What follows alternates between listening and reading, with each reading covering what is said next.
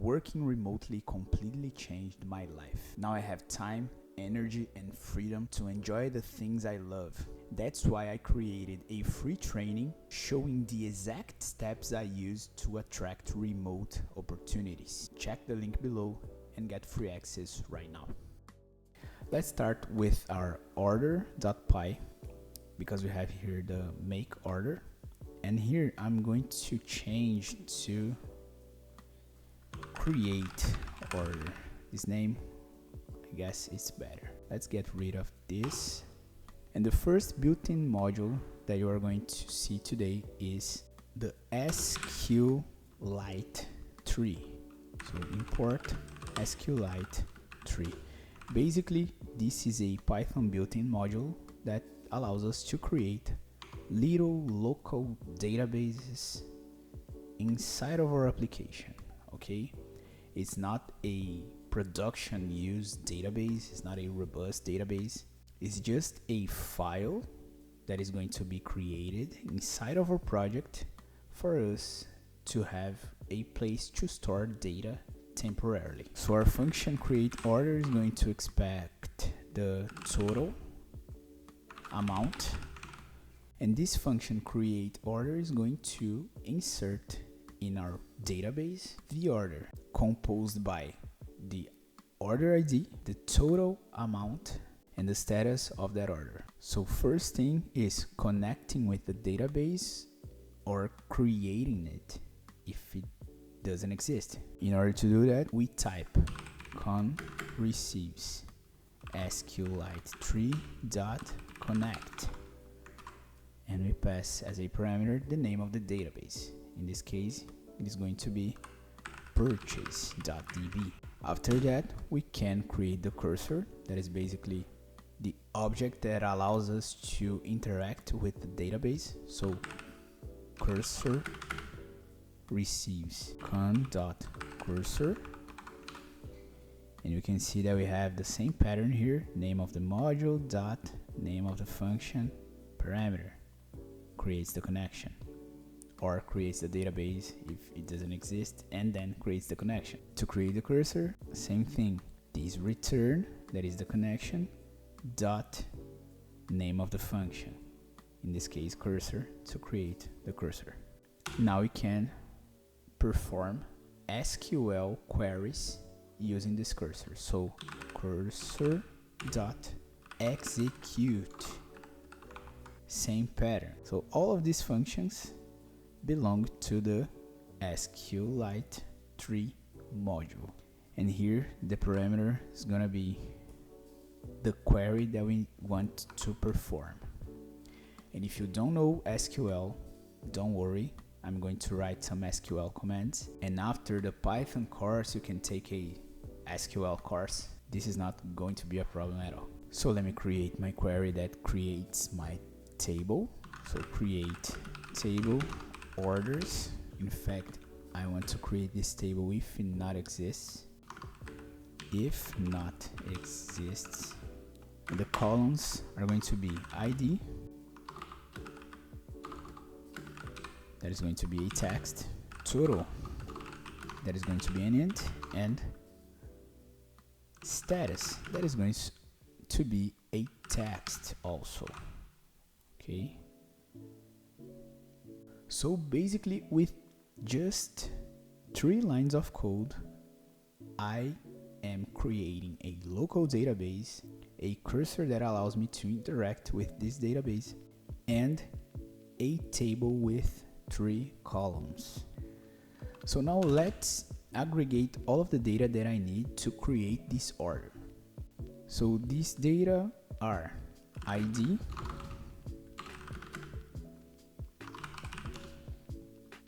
total, and status.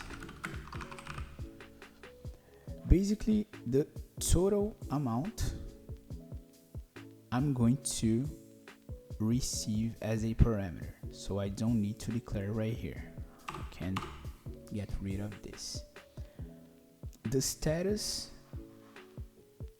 is going to be a default status for the moment that this order is being created. So created. This is basically the default status that I need to pass when I create the order. The ID must be a data that is unique. I'm gonna create many orders, multiple orders, and each one must be a unique order. How do I identify an order in a way that is unique? Well, there are many ways of doing it, but now I'm going to use one technique that uses the timestamp as data to generate an unique ID. In this case, I'm going to use another built-in Python module that is called datetime. This module right here allows us to generate dates and times in so many ways that you can study later, because now I'm going to just call the function now. That is the function that returns this time mark. So datetime.now. And in this case, this is one of that situations that my disclaimer made clear that is a little bit different than the pattern that you know, because datetime has a submodule. So instead of calling the function like this, only putting the name of the module and the name of the function, I need to put like this: datetime.datetime.now, because it has a freaking submodule. But you can see that the final goal is calling the function now that already exists and already do something. Let's see what is this something. I'm gonna copy this. I'm going to my orchestrator main.py. I'm going to import datetime. I'm going to call this function and I'm going to print, right? Let me open my terminal and let's run the main.py file. This is basically the data that has been generated by this function now. Okay, year, month, day, hour, minute, second, and millisecond. This is a unique data because if I run again the same file with the same function, the data is different, right? You can see here 3, 4, 4. No. You can see that now is 3, 4, 30. No. Okay, and even if I call multiple times in the fastest way that is possible,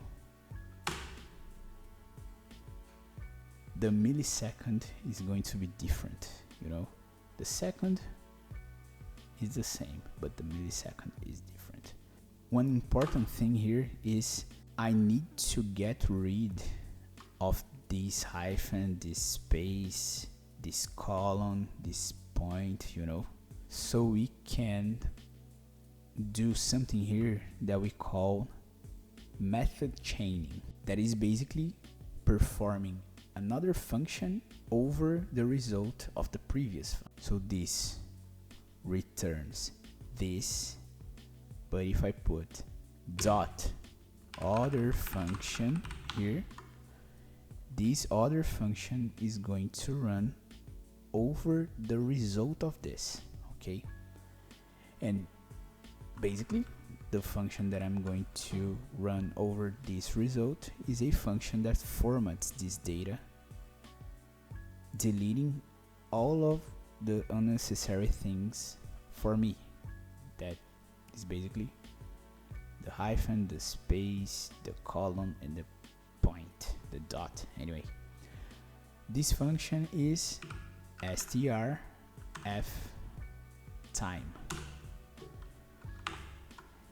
And the parameter is a little bit complex, but don't worry, Just pay attention and you're going to understand. And most important, don't be scared, alright? You don't need to know by the top of your head. But let's go.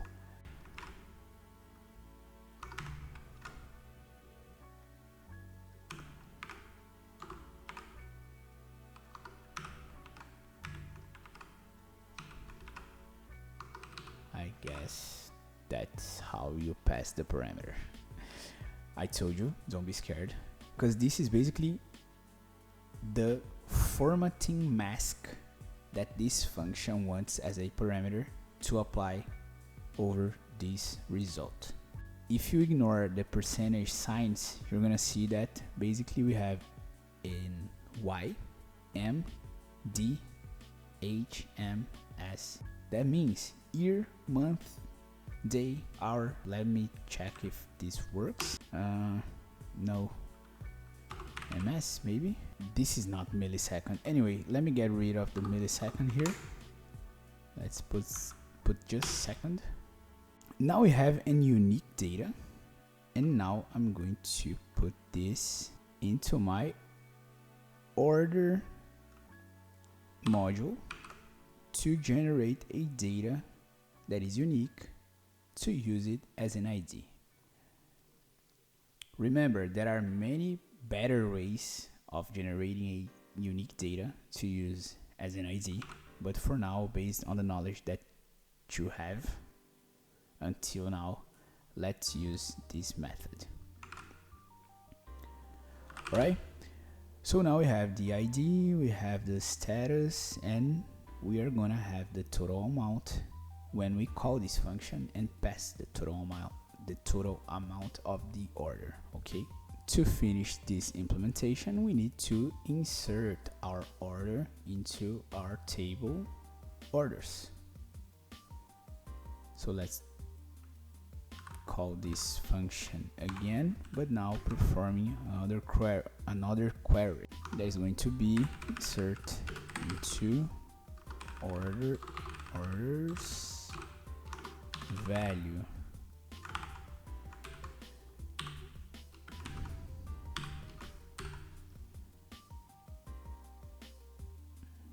These question marks are basically the variables that we are going to replace with this tuple that is going to contain these parameters. So the ID, that is this variable, the total amount, that is this variable, and finally the status, that is this variable. That's it. And as a good database practice, we should commit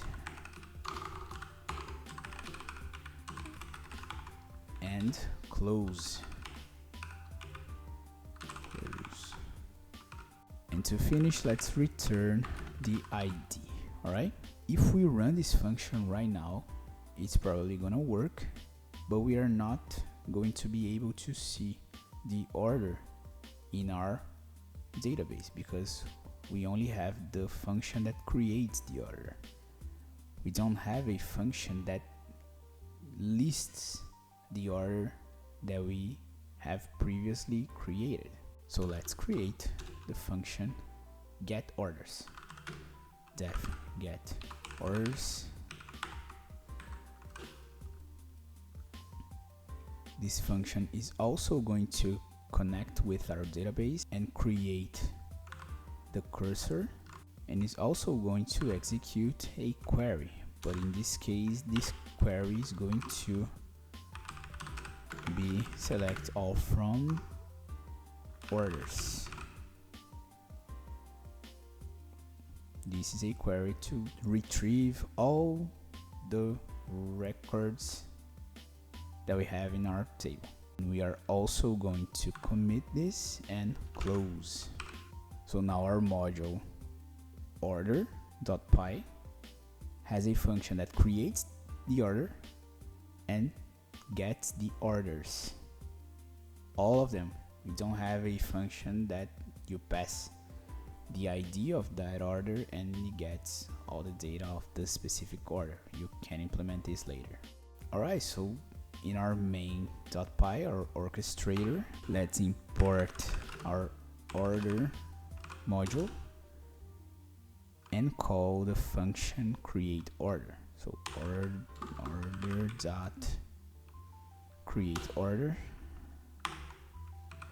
Let's create an order that the total amount is going to be 500. Open the terminal again, python main.py, and we have an error here. What is it? Syntax error. Let me see. Let's see here, line 13. Line 13. Insert into orders. Oh, it's values, not value. All right, let's run it again. Attribute error. Cursor has no attribute comment. Of course, it's not the cursor that we comment, it's the connection. Just a basic error here. Let's change this, con.commit, not cursor.commit. Alright, now it's gonna work, and it didn't break, it didn't return nothing, but of course we didn't print anything, so it supposedly worked.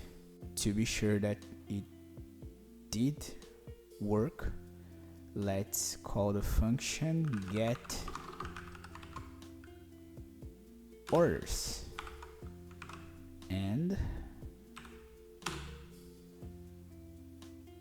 our function get orders didn't return nothing. Let's see, con sql purchase db.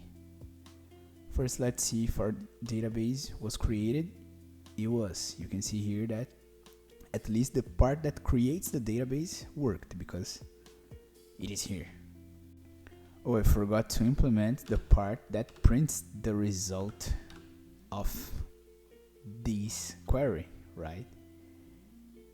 It is performing, it is getting, but I'm not printing, so of course I'm not gonna see nothing.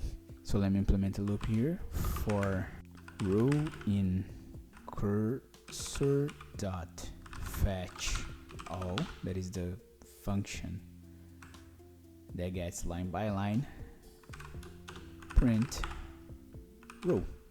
And to be honest, we don't need to comment in this case because we are getting data, so we can just close. Now it's gonna work. So python main.py, and there you go. We have here our record directly retrieved from our local database with the ID that was generated, the value that we passed, and the status that we hard-coded. Can you see how powerful you are going to become when you understand how to use the built-in modules? Look at this. We used a built-in module to create a database, a table inside of this database, and to insert a record into this database, and also to retrieve data from this database. And inside of this process, before we inserted the record, we used another built-in module, that is the datetime, to generate a unique data to use as an ID for this record. With only 2 built-in modules, we were able to improve exponentially the quality of our code and the power of our code. Because previously our order module was just fake, and now, even not using a robust database, a production level database, it uses a database and it performs real SQL queries into this database, both to insert and to retrieve. Working remotely completely changed my life. Now I have time, energy, and freedom to enjoy the things I love. That's why I created a free training showing the exact steps I use to attract remote opportunities. Check the link below and get free access right now.